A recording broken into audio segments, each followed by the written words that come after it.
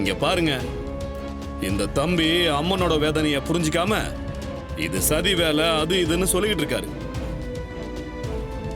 அப்படி ஒரு வேலை இது சதி வேலையா இருந்தா அத செஞ்சவன் அம்மன் கழுத்துல இருக்கிற விலை மதிக்கவே முடியாத தாலிய விட்டுட்டு போவானா?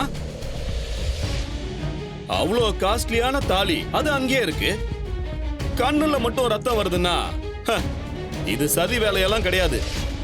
அம்மனோட கோபம், அம்மனோட வேதனை, அதை எல்லாரும் புரிஞ்சுக்கங்க. சிவனாண்டி, நாங்களே இப்ப குழம்பி போயிருக்கோம்பா. நீ வேற எதையாவது சொல்லி பிரச்சனையை மேற்கொண்டு குழப்பாத.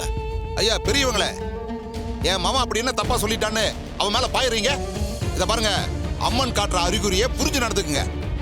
இல்லன்னா மாறி மழை பெய்யாது, மக்களோட நிலை தலைக்காதுன்னு சொல்றான்.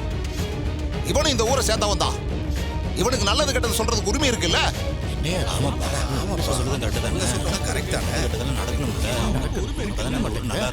கொஞ்சம் அமைதியா இருங்க.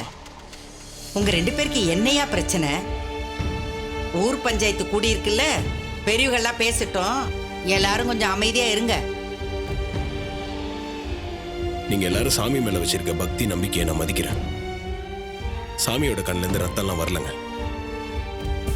இது யாரோ பிளான் பண்ணி பண்ண சதியா தான் எனக்கு தோணுது.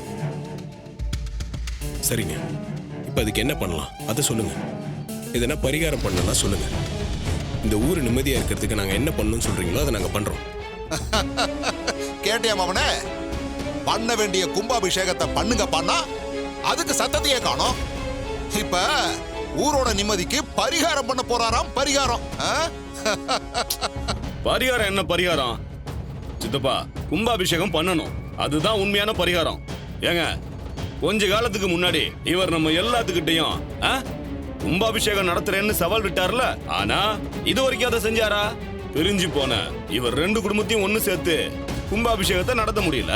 இப்ப இவர் குடும்ப பிரச்சனையால கும்பாபிஷேகமே நடக்கல. அதனாலதான் அம்மன் கண்ணுல ரத்தம் வந்திருக்குன்னு நான் சொல்றேன்.